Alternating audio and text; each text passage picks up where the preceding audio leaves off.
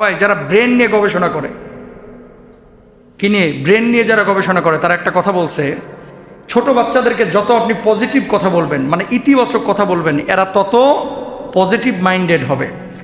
আর যত আপনি নেগেটিভ কথা বলবেন, খালি না এটা করিস না, ওটা করিস না, ওটা করিস না, ওটা ধরিস না, ওটা বলিস না, এরকম আছে না কিছু লোক সারাক্ষণ খালি স্যান করতে থাকে সারাক্ষণ।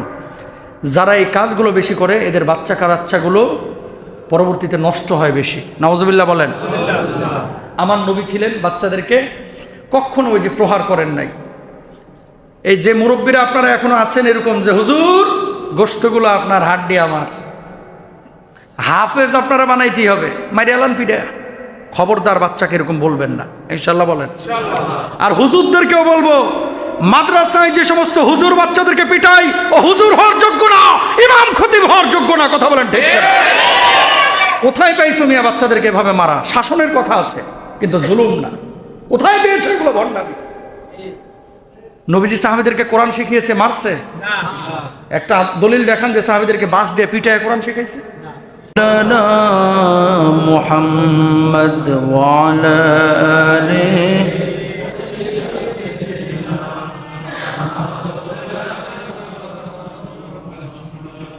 আকাশ সুন্দর,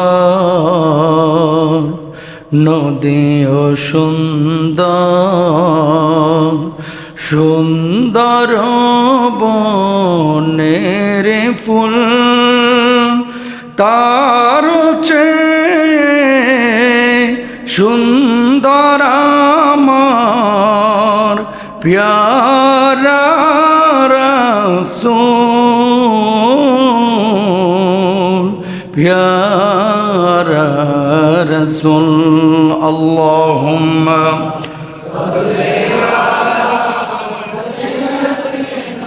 মাওলানা মুহাম্মদ ওয়া আলা আলিহি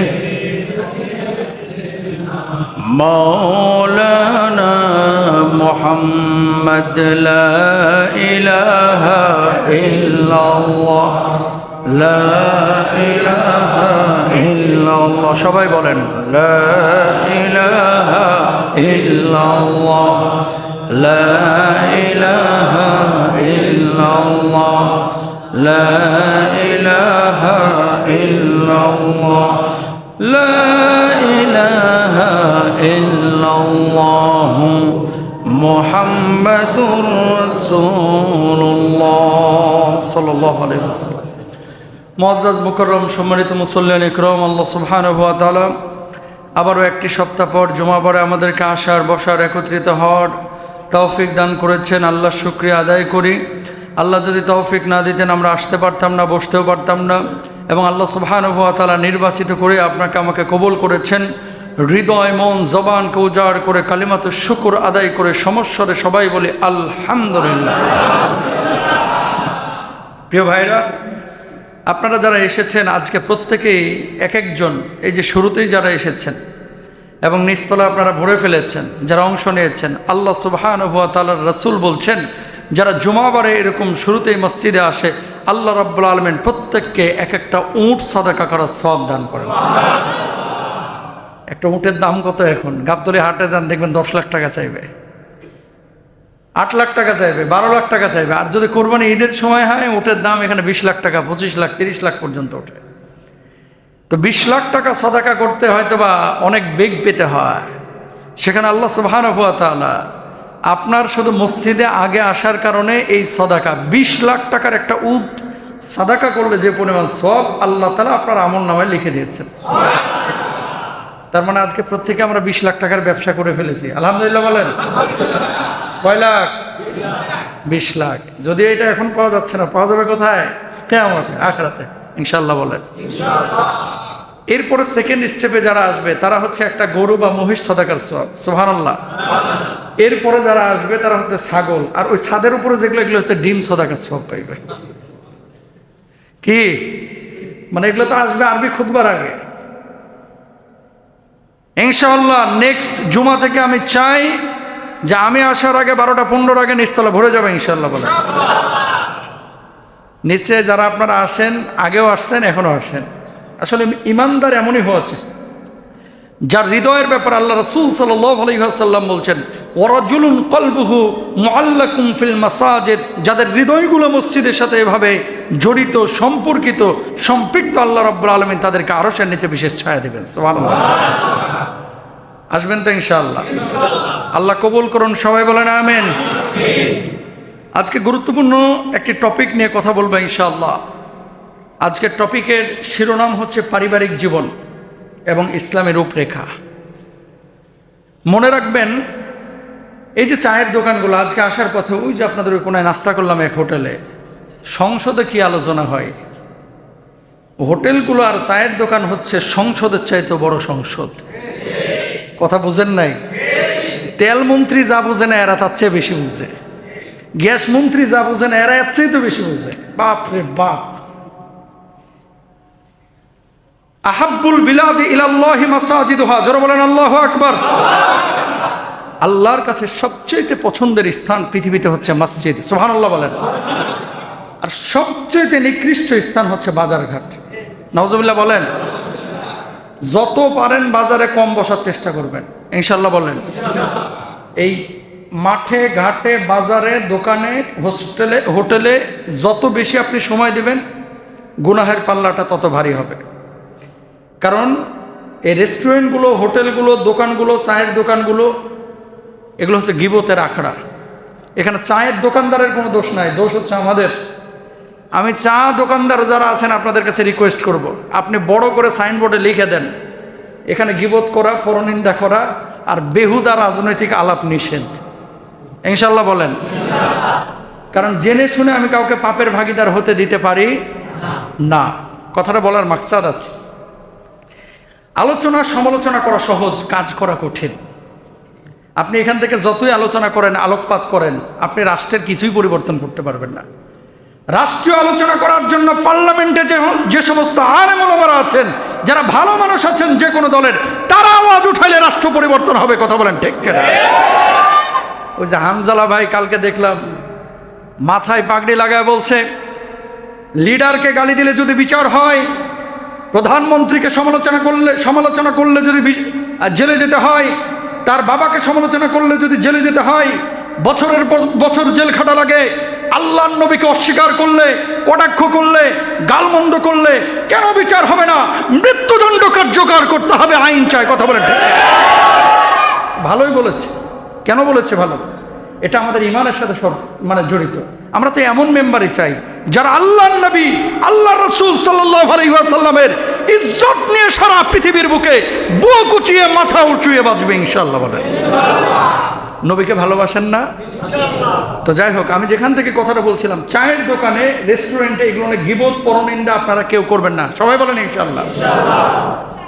তো আল্লাহ সুবহানাহু ওয়া তাআলা পারিবারিক জীবন, রাষ্ট্র অনেক পরের বিষয়।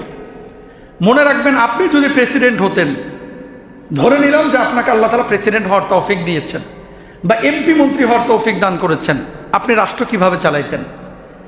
আপনি পরিবারটাকে যেভাবে চালান, যদি পরিবারে আপনি সঠিকভাবে মেনটেন করতে পারেন, রাষ্ট্র আপনি মেনটেন করতে পারতেন। যদি পরিবারটা নিজের বউকে সামলাইতে না পারেন, আপনি হিরঞ্চিকেও সামলাইবেন কেমনে? কথা বলে না কেন? নিজের ছেলেকে সামলাইতে যদি না পারেন, আপনি রাষ্ট্রীয় নাগরিকদের কিভাবে সামলাবেন? ভুল বুঝেন না। রাস্তাঘাটে অনেক চোর ডাকাত আছে না? এই চোর ডাকাত আপনি সামলানোর কথা বলতেছেন, কিন্তু বাড়ির ডাকাত আপনি সামলাইতে পারেন না। ছেলেটা টাকা মেরে দেয়, বউ কথা শুনতেছে না, আরেকজন পাশের মহল্লার, এইটাকে আপনি শুদ্ধ করতে পারতেছেন না, আপনি রাষ্ট্র কিভাবে সামলাবেন? এই জন্য মূল কথা ইসলামের, শুদ্ধতার শুরুটা হতে হবে পরিবার থেকে। কোথা থেকে? আরো জোরে, কোথা থেকে? কথাগুলো কলিজায় লিখে নিয়ে যাবেন, এটা পলিটিক্যাল কোনো কথা না। আপনি খেয়াল করে দেখেন, আপনার আশপাশে যে মানুষটা আছে, সবাই কিন্তু অন্যকে নিয়ে ব্যস্ত। কে চুরি করছে, কে সুদ খাইছে, কে ডাকাতি করছে, কে মারছে, কে আরেকজনের হক নষ্ট করছে। এদিকে নিজে যে আনজামেরা পাঞ্জা দিয়ে সুদ খেয়ে বয়ে রয়েছে ডিলার নিয়ে, এটার কিন্তু খবর নাই। এজন্য পরিবার থেকে শুদ্ধতার অভিযান শুরু করতে হবে ইনশাআল্লাহ। আল্লাহ রাব্বুল আলামিন কি বলছেন একটু খেয়াল করেন। ইয়া আইয়ুহাল্লাযীনা আমানু কু আনফুসাকুম ওয়া আহলিকুম নারা।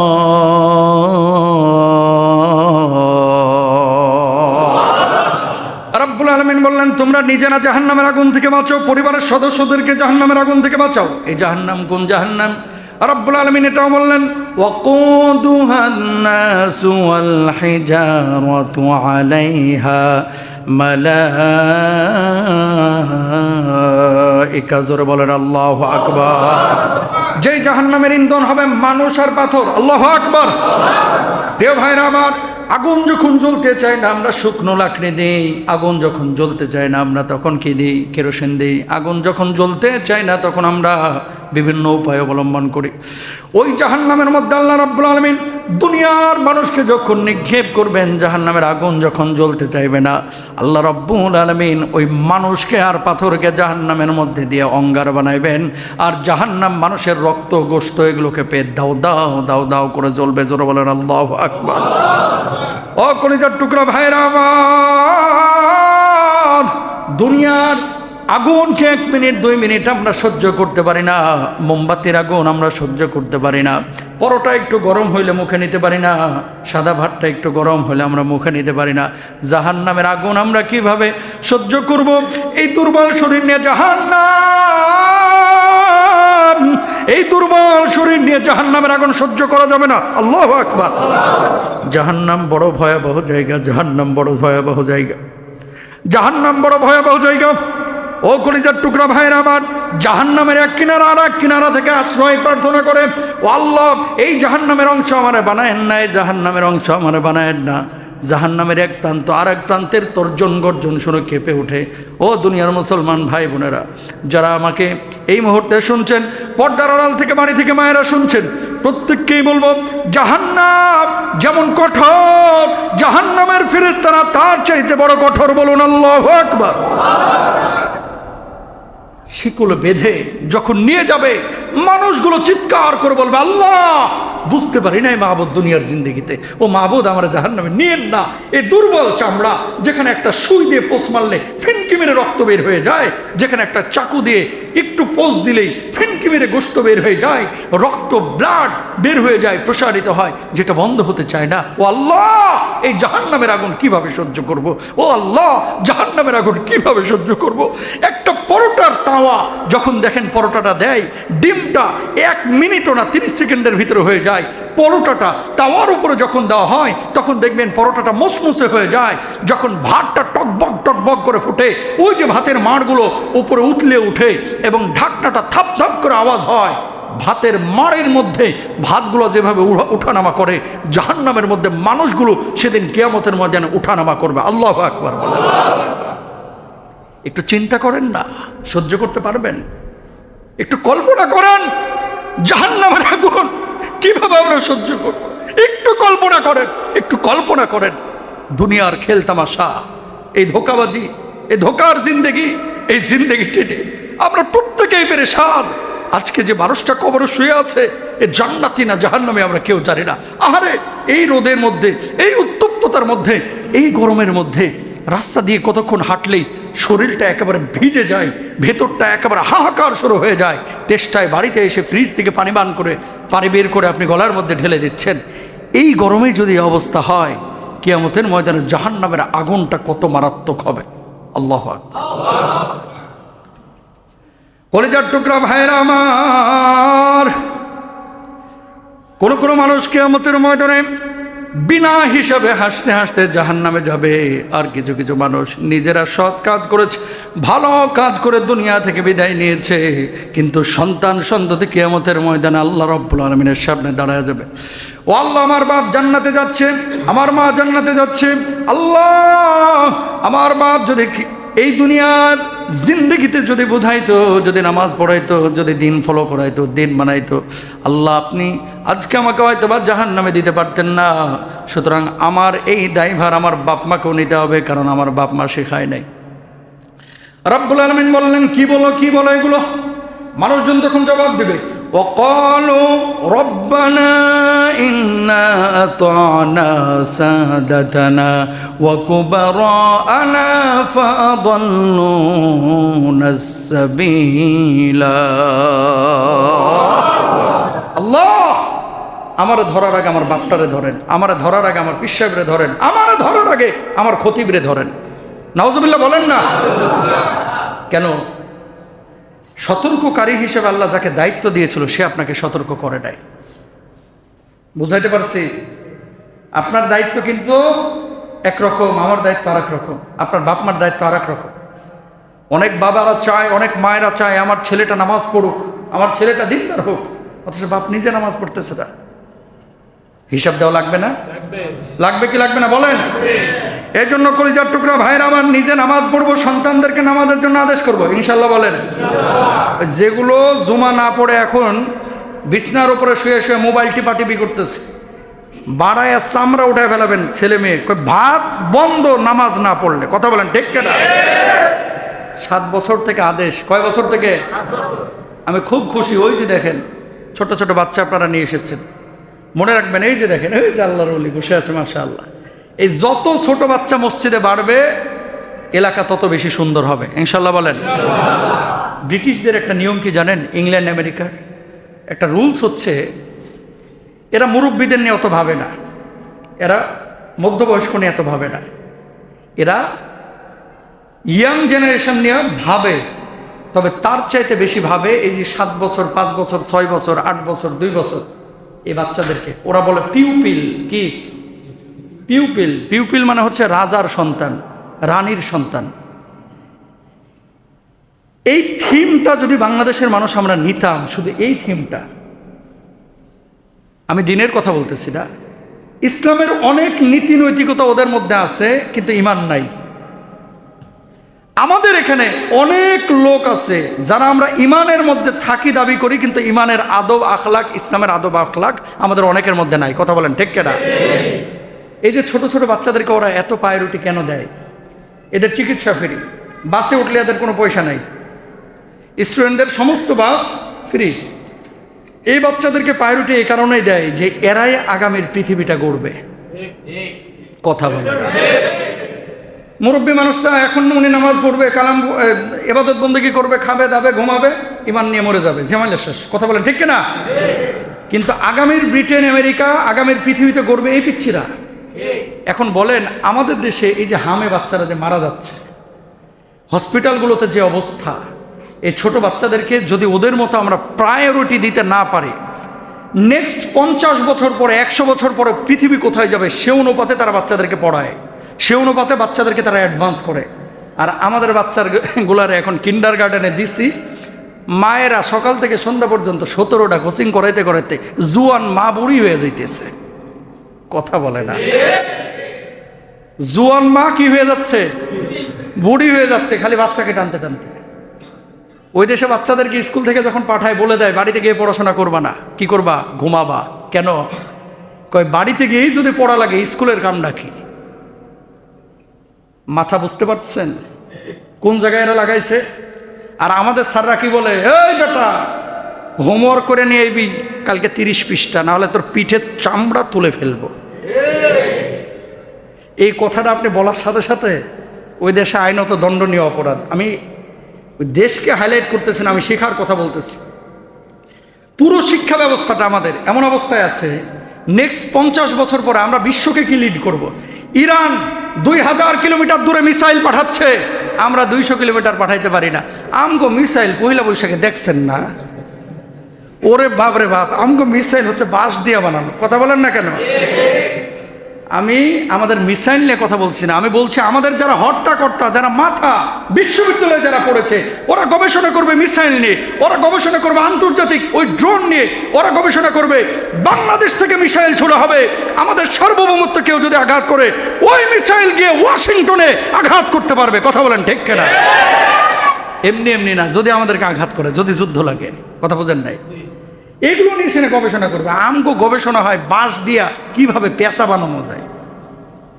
নাউজুবিল্লাহ বলেন না? ওরা হাসে এগুলো দেখে, বুঝছেন? কালচার ভালো, কিন্তু সেই কালচারগুলো এমন হওয়া চাই যেগুলো সৃজনশীল। এই বাচ্চারাই আগামীর বাংলাদেশ, এই বাচ্চারাই আগামীর পৃথিবী, এই বাচ্চারাই কিন্তু আগামী বিশ্বের নেতৃত্ব নিবে। এই বাচ্চাদেরকে যদি এখন থেকে আপনি প্রায়োরিটি না দেন, এই বাচ্চাদেরকে যদি না শেখান, এই বাচ্চারা কি করবে? ওরা বানাইতেছে পেঁচা, এরা বানাবে ভাল্লুক। কথা কয় না? এবার কিন্তু পেঁচা পোচা অতটা চোখে পড়ে নাই, এবার পড়ছে অন্য ক্যাটাগরির জিনিস। আমি যে কথা বলতে যাচ্ছি, কাঁচাই না নোয়াইলে বাস, পাকলে করে ঠাস ঠাস।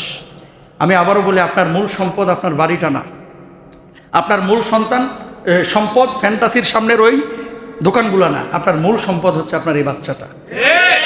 মূল সম্পদ কে? বাচ্চা। রাহমানি হুজুর ওই ছাড়ছে ওই দেশ কিন্তু বাচ্চার জন্য আর দিনের জন্য। যে দিনটা মুখ্য হয়ে গেছে, আমি হয়তো আমার বাচ্চাকে ঠিক রাখতে পারবো, কিন্তু তার বাচ্চাও ঠিক রাখতে পারবে কিনা এটা তো আল্লাহু আ'লাম। যারা রেখেছে তাদেরকে স্যালুট, কিন্তু যারা রাখতে পারে নাই, ব্যর্থতা আমাদের। আমি যে কথা বলতে যাচ্ছি, বাচ্চাগুলোকে প্রায়োরিটি দেন। 7 বছরে নামাজের আদেশ করেন, 8 বছরে নামাজে আরেকটু তাগাদা দেন, 9 বছরে আরেকটু জোরালো তাগাদা দেন। 10 বছরে মসজিদে যাবি না তো তোর ভাত বন্ধ, তোর কাপড় বন্ধ, তোর ঘোরা বন্ধ। কথা বলেন ঠিক? তাহলে কি হবে? ছেলেটা ছোটবেলায় নামাজটা শিখতেছে। ও কলিজার টুকরা ভাইরা আমার, এই জন্য খেয়াল করেন,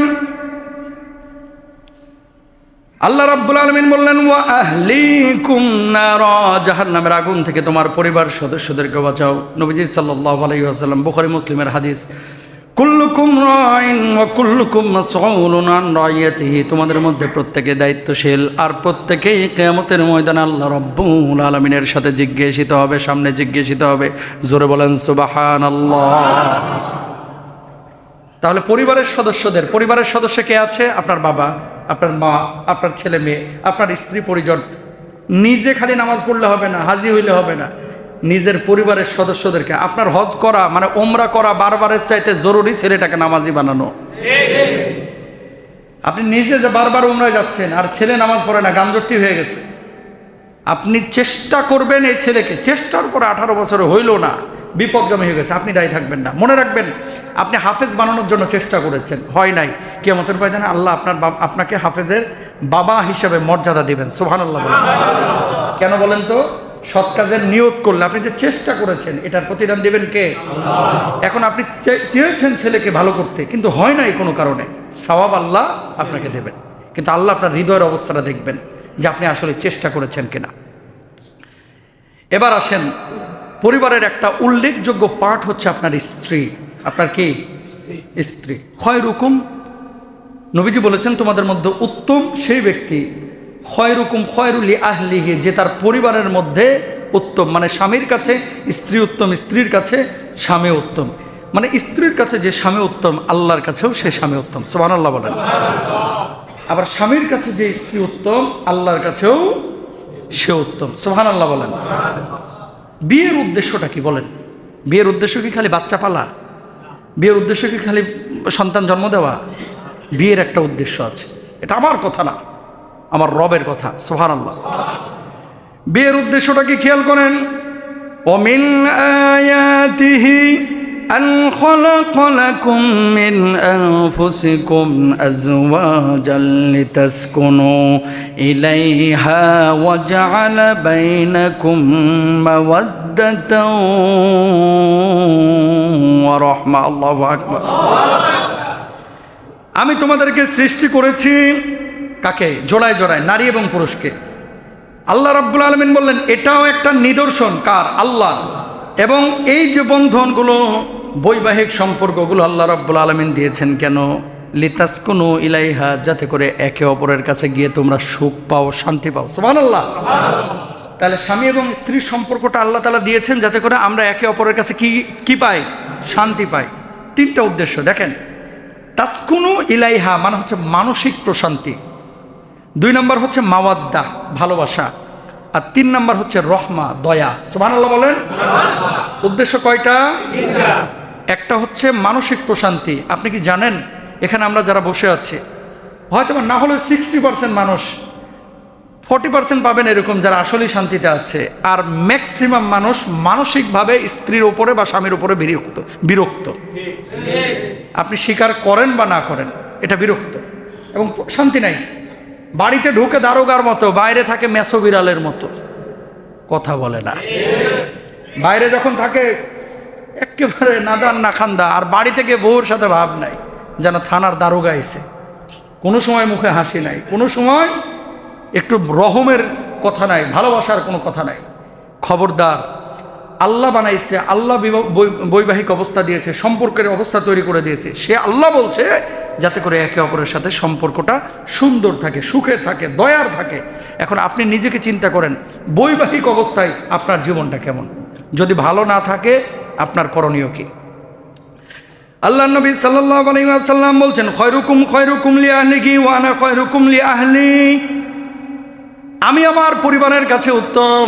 নবীজি সাল্লাল্লাহু আলাইহি ওয়াসাল্লাম বলছেন, খেয়াল করেন, আম্মা জান আয়েশা সিদ্দিকা রাদিয়াল্লাহু তাআলা আনহা নিজ মুখে স্বীকার করলেন, কানান নবী সাল্লাল্লাহু আলাইহি ওয়াসাল্লাম ইয়াকুনু ফি মিহনাতি আহলিহি। আল্লাহু আকবার। আল্লাহর নবী স্ত্রীদের কাছে যেমন ভালো ছিলেন, বাইরেও তেমনি ভালো ছিলেন। নবীজির চরিত্র ছিল একেবারে কোরআনের উত্তম আখলাক, মাধুর্যতা নবীজির চরিত্রের মধ্যে ফুটে আসতো। আল্লাহর হাবিব সাল্লাল্লাহু আলাইহি ওয়াসাল্লাম এই যে ইয়াকুনু ফি মিহনাতি আহলিহি, ঘরের কাজে নিজে সাহায্য সহযোগিতা করতেন। কোন ঘরের কাজ? কাপড় সেলাই নবীজি নিজে করতেন। নবীজি কাপড় সেলাই কি করতেন? নিজে করতেন। আর আমাদের এখন তো সেলাই উঠে গেছে, কয় ছিঁড়া ফাটা জামা দেখলে কয় ফকিরনি। বলবেন না, ওর সামর্থ্য নাই, ছেঁড়া ফাটা জামা পরছে, সেলাই করে, সমস্যা কোথায়? খবরদার উল্টাপাল্টা এগুলো বলা যাবে না ইনশাআল্লাহ। কারণ সব মানুষের কিন্তু সামর্থ্য একরকম না। প্রিয় ভাইরা আমার, নবীজি আম্মা জান আয়েশা সিদ্দিকা রাদিয়াল্লাহু তাআলা আনহা বলছেন, নবীজির কোনো জামা কাপড় যদি ছিঁড়ে যেত আল্লাহর নবী নিজ হাতে সেলাই করতেন। বউকে পর্যন্ত দিতেন না, যাক সেলাই কর, এরকম বলতেন না। সুবহানাল্লাহ। 2 নম্বর শুনলে আরো অবাক হবেন, নবীজি সাল্লাল্লাহু আলাইহি ওয়াসাল্লাম নিজের ঘর নিজে ঝাড়ু দিতেন। আমার নবী নিজের ঘর নিজে কয়দিন দিয়েছেন আপনি? অনেকে যদি ঝাড়ু দেয় বেড়া না হিজরা, বউ ধুইয়া নিজে ঝাড়ু দেয়, দেখছো নি? এবারটা দেখি বউর ভক্ত, বউরে শাসন করতে পারে না, এরকম কিছু লোক আছে না নাই? অথচ আমার নবীজি নিজে করেছেন। সুবহানাল্লাহ বলেন। জুতা ছিঁড়ে গিয়েছে, নবীজি সাল্লাল্লাহু আলাইহি ওয়াসাল্লাম নিজ হাতে সেলাই করছে। সুবহানাল্লাহ। আম্মা জান আয়েশা সিদ্দিকা রাদিয়াল্লাহু তাআলা আনহা যখন রান্না বান্না করতেন, আল্লাহর নবী সাল্লাল্লাহু আলাইহি ওয়াসাল্লাম মশলা লাগায় দিতেন, কেটে কুটে দিতেন। সুবহানাল্লাহ বলেন। তো এগুলো যদি নবীজি করতে পারেন, আপনার আমার করার দরকার আছে না নাই? আছে। 2 নম্বর আরেকটি বিষয় দেখেন, আল্লাহর হাবিব বিশ্বনবী সাল্লাল্লাহু আলাইহি ওয়াসাল্লাম একদিন আম্মা জান আয়েশা সিদ্দিকা রাদিয়াল্লাহু তাআলা আনহাকে বললেন, আয়েশা চলো একটু দৌড় প্রতিযোগিতা করি। আল্লাহর হাবিব সাল্লাল্লাহু আলাইহি ওয়াসাল্লাম প্রথম দিন হেরে গেলেন, দ্বিতীয় দিন আম্মা জান আয়েশা সিদ্দিকা রাদিয়াল্লাহু তাআলা আনহা তিনি হারলেন। আল্লাহর হাবিব বললেন, হাদিহি বিতিলকা। সুবহানাল্লাহ। তুমি সেদিন হারাইছিলা, আজকে তোমার হারাই দিলাম, ওই দিনের বদলা নিয়ে নিলাম। আল্লাহু আকবার। আয়েশা রাদিয়াল্লাহু তাআলা আনহাকে এই কথা বলার নবীজির কোনো দরকার ছিল? বরঞ্চ হারানোর পর আবার বলতেছে যে আয়েশা সেই দিনের বদলাটা কিন্তু আজকে আমি নিয়ে নিলাম। একবার জোরে সরে বলেন সুবহানাল্লাহ। আলোচনাটা নিজে করতেছি, আপনারা শুনছেন, কিন্তু এটার ভেতরের যে চরিত্রটা একটু কল্পনা করেন, যে আমার মায়ার নবী বাহিরে যেমন ছিলেন, ভেতরে কতটা আরো সহনশীল ছিলেন। বাইরে তো আসেনি, বাইরেও যেমন, ভেতরে আরো বেশি। সুবহানাল্লাহ বলেন। শুনেন, আমি যে এখন জুব্বা টুপি পাঞ্জাবি লাগায় আসছি, আমার তো দেখলে মনে হয় যে বাপ রে বাপ, গত রাত্রেই মনে হয় জান্নাত থেকে চলে আসছেন উনি দেশে। আমার ঘরের ভেতরের চরিত্রকে আপনি জানেন? প্রত্যেকটা মানুষের ভেতরে কি আছে এটা তার ঘরের মধ্যে ফুটে ওঠে। আর এটা প্রেসিডেন্ট জানে না, থানার ওসি জানে না, চেয়ারম্যান জানে না, মন্ত্রী জানে না, এমপি জানে না, জানে হচ্ছে জরিনার মা। কথা কোন ঠিক কিনা? কখন লুঙ্গি কোথায় থাকে আর কোথায় জামা, কখন কি পরেন, আপনার আচরণটা কি, এটা কেউ জানে না আল্লাহ ছাড়া, আর এই জরিনার মা ছাড়া, জরিনার বাপ ছাড়া। জরিনার বাপের খবর জানে হচ্ছে জরিনার মা, জরিনার মায়ের খবর জানে হচ্ছে জরিনার বাপ। এছাড়া পৃথিবীর আর কেউ জানে না। জানে কে? আল্লাহ। এই জন্য দেখবেন পারিবারিক ম্যাক্সিমাম এই যে হাদিসগুলো, এগুলো আম্মা জান আয়েশা বলেছেন। সুবহানাল্লাহ বলেন না? কারণ এই হাদিসগুলো কি সাহাবীরা জানতেন? নবীজি ঘরের মধ্যে কখন আলু কাটছে, কখন পেঁয়াজ কাটছে, সুবহানাল্লাহ, কখন ফিতা, জুতার ফিতা সেলাই করছে, কখন জামা সেলাই করছে, এগুলো কি আবু বকর জানতো? ওমর জানতো? জানতেন না। তো জানতেন কে? আম্মা জান আয়েশা। এজন্য আম্মা জান আয়েশা বলেছেন। আল্লাহু আকবার। কল্পনা করেন, সুবহানাল্লাহ। এরপরে দেখেন, আমরা অনেক সময় বউদের কথা শুনতেই চাই না। বাড়ি করবেন 3 তলা, বউ বলতেছেন খবরদার এখন 3 তলায় হাত দিও না, 2 তলা রাখছো, এটাই ভালো আছে। এই তুই বুঝোস কি, আমার উপর দিয়ে কথা কস? বউয়ের পরামর্শ আমরা নিতে চাই না। একটা কথা বলি, নবীজি সাল্লাল্লাহু আলাইহি ওয়াসাল্লাম দেখেন কুরআনুল কারিমে আছে ওয়াশাউিরহুম ফিল আমর, দুনিয়ার যে কোনো কাজ এটা পরামর্শ ভিত্তিক যখন করবেন এটার মধ্যে বারাকা ঢেলে দিবেন কে? আল্লাহ। হুদাইবিয়ার সন্ধিতে 1000 সাহাবী নিয়ে নবীজি সাল্লাল্লাহু আলাইহি ওয়াসাল্লাম আসলেন মক্কায়। কিসের জন্য? উমরা করার জন্য। কাফেররা রাস্তা আটকায় দিল, এবার আর উমরা টুমরা করতে পারবো না, ফিরে যাও। কয় কেন, কি হয়েছে? কয় এবার ফিরে যাও, আমরা যেতে দিব না। সাহাবী রাদিয়াল্লাহু আনহুম আজমাইনের রক্তে ফিনিক মেরে উঠলো, চমকে উঠলো, এই বেটা চিনোস না আমরা কে? উমরা এই 450 কিলোমিটার পথ হাইটে আসছে, উট নিয়ে আসছে, উমরা করতে দিবে না বললেই হইল? রক্তের বন্যা বয়ে যাবে, তারপর উমরা করে যাব। আল্লাহু আকবার বলেন। কিন্তু আল্লাহর ইশারা, নবীজির কাছে ওহী চলে এসেছে, চুক্তি তারা যেটা করতেছে এটা করে ফেলো। সুবহানাল্লাহ বলেন। কয় বছর উমরা না করে ফিরে যেতে হবে, সামনে বছর আসবা, কোনো তরবারি আনতে পারবা না, তোমাদের ওখান থেকে কেউ আসলে আমরা ফেরত দেব না, কিন্তু আমাদের মক্কা থেকে মদিনায় কেউ গেলে আমাদের কাছে ফেরত দিয়ে দিবা। এরকম কিছু চুক্তি করলো, যেই চুক্তিটাকে বাংলা ভাষায় আপনি এভাবে সংজ্ঞায়িত করতে পারেন, মামুর বাড়ির আবদার। কার বাড়ির আবদার? কার বাড়ির আবদার? গাছটা নিজের রেখে সবগুলো চাপায় দিয়েছে মুসলমানদের উপরে। তো সাহাবীদের রক্ত গরম হয়ে গেছে, ইয়া রাসূলুল্লাহ একবার খালি বলেন, দেখেন কচু কাটা করে কেটে ফেলাবো, উমরা করে যাবো না মানে? এত দূর থেকে 450 কিলোমিটার এই পাথরের পথ হেঁটে আসা কি চারটিখানি কথা নাকি?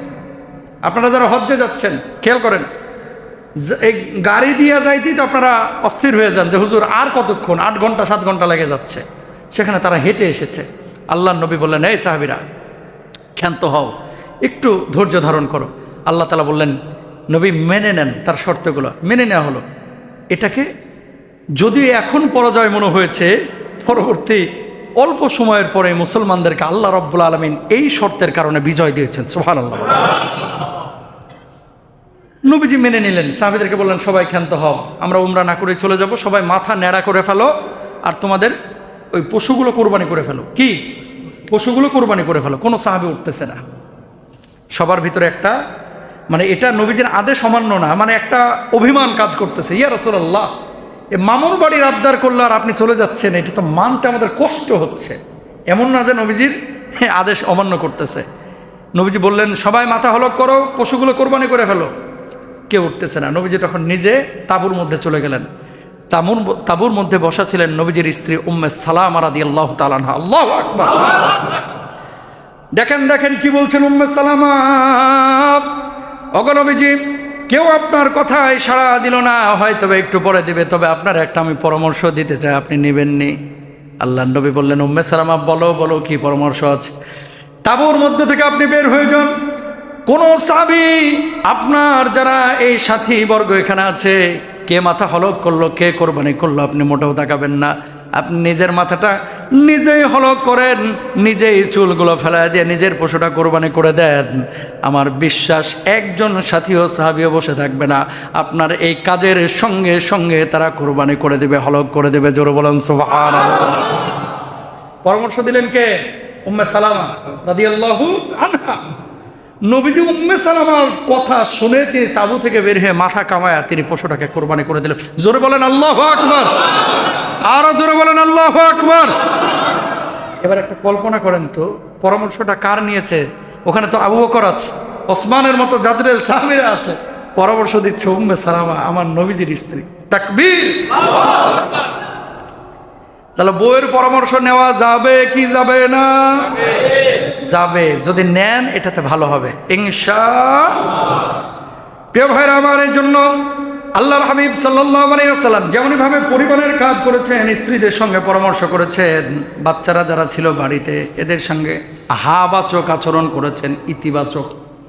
বর্তমান বিজ্ঞান একটা কথা বলছে, পশ্চিমা বিশ্বের, দেখাতে পারবেন? যদি মুফতি সাহেব থাকেন হাত তুলেন যে হুজুর আমি জানি, দেখান একটা দলিল। তো সেখানে কি তারা ইসলাম বুঝে নাই? জিবরিল আমিন যখন নবীজির উপরে কোরআন নাজিল করলেন, কোরআন আসা যখন শুরু হলো, বুকের সাথে বুক মিলে নবীজি বলছে, হ্যাঁ মানা বেকারি, আমি পড়তে পারি না। আবার আলতো করে ধরলেন, পড়ো। আবার আলতো করে ধরলেন, পড়ো। একবার না, দুইবার না, 4 বার, 5 বার, 7 বার। নবীজির তারপর থরথর করে কাঁপুনি শুরু হয়ে গেছে, গায়ে জ্বর চলে এসেছে। কোরআন তো এভাবে নাজিল শুরু হয়েছে।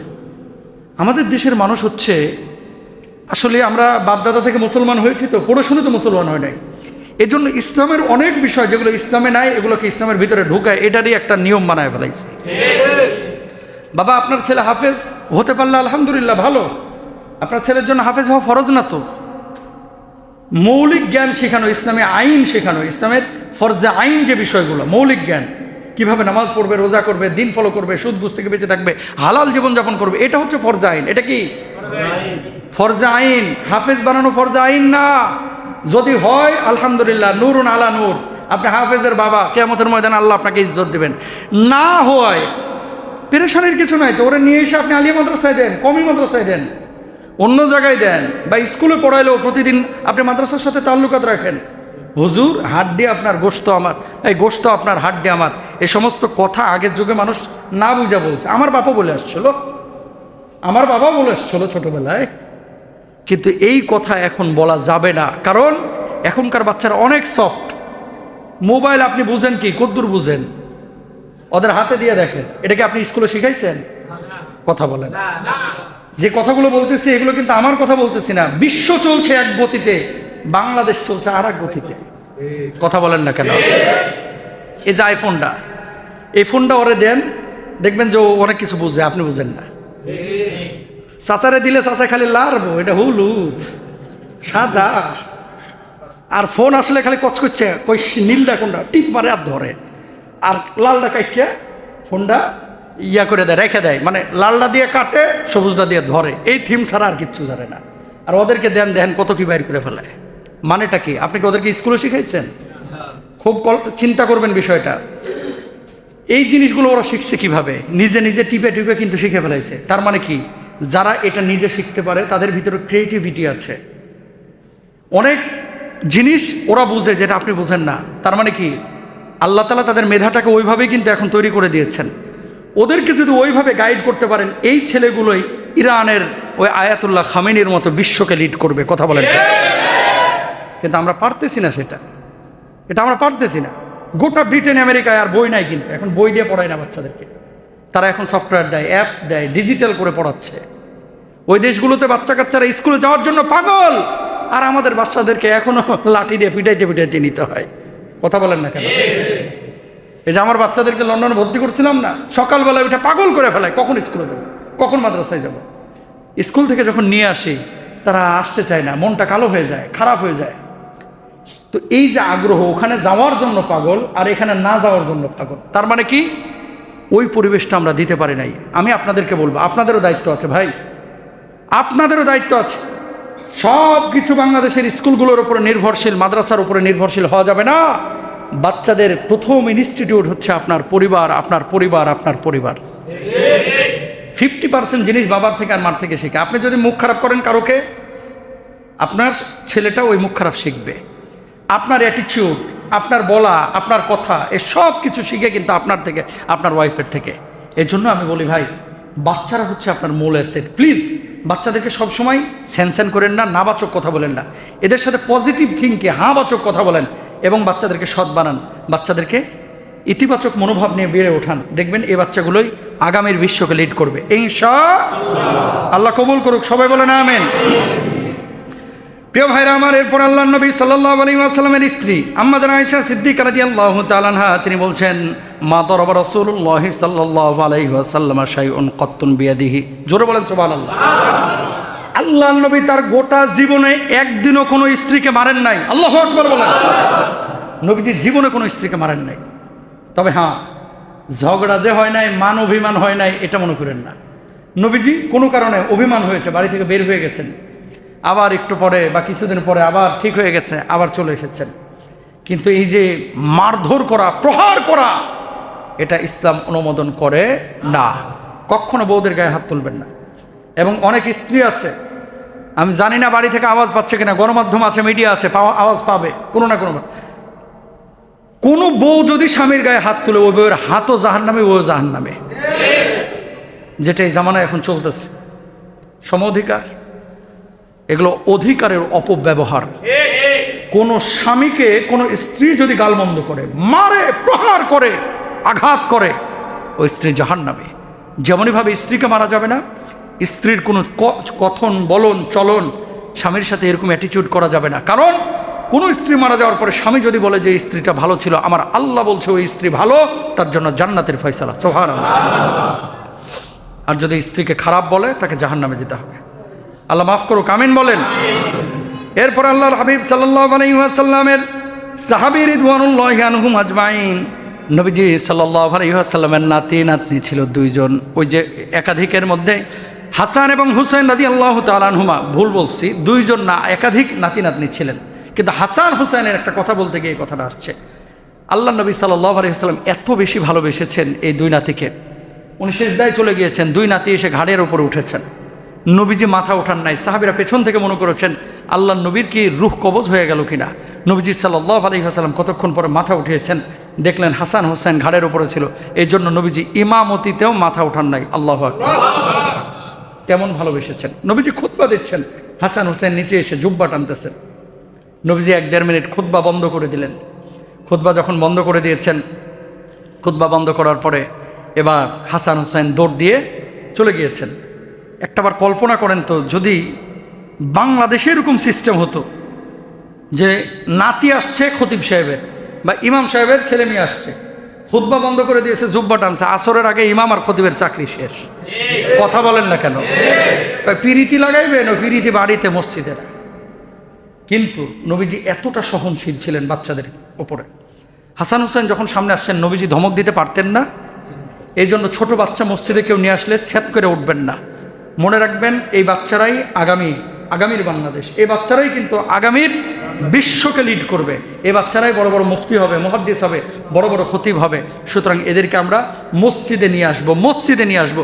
আজকে যারা বাচ্চা কাচ্চা নিয়ে এসেছেন, আমি আপনাদেরকে ওয়েলকাম জানাই। আল্লাহ আপনাদেরকে জাযায়ে খায়ের দান করুক, আমিন বলেন। আরো জোরে বলেন আমিন। সব শেষ, 2-4 মিনিটের মধ্যে আলোচনা শেষ করব। নবীজি সাল্লাল্লাহু আলাইহি ওয়াসাল্লাম এই যে পারিবারিক বন্ধনটাকে স্ট্রং করা, স্বামী স্ত্রীর মধ্যে ভালোবাসা বাড়ানো, এটার জন্য কিছু তরিকা বলে দিয়েছেন, কিছু পয়েন্ট বলে দিয়েছেন। এই আলোচনাটা করেই 3-4 মিনিটের মধ্যে আলোচনা শেষ ইনশাআল্লাহ তাআলা। 1 নাম্বার, আল্লাহর হাবিব সাল্লাল্লাহু আলাইহি ওয়াসাল্লাম ঘরের কাজে যেহেতু স্ত্রীদেরকে সহযোগিতা করেছেন, আপনারাও ঘরের কাজে সহযোগিতা করার চেষ্টা করবেন ইনশাআল্লাহ বলেন। 2 নাম্বার, নিজের ওপরে স্ত্রীকে প্রায়োরিটি দেওয়ার চেষ্টা করবেন। নিজের ওপরে আমরা সবসময় কি করি, নিজে যেটা পছন্দ করি সেটাই আমরা স্ত্রীর ওপরে চাপায়া দিই। আবার স্ত্রীরা নিজের পছন্দের বিষয়টাকে আমরা প্রায়োরিটি দিই না।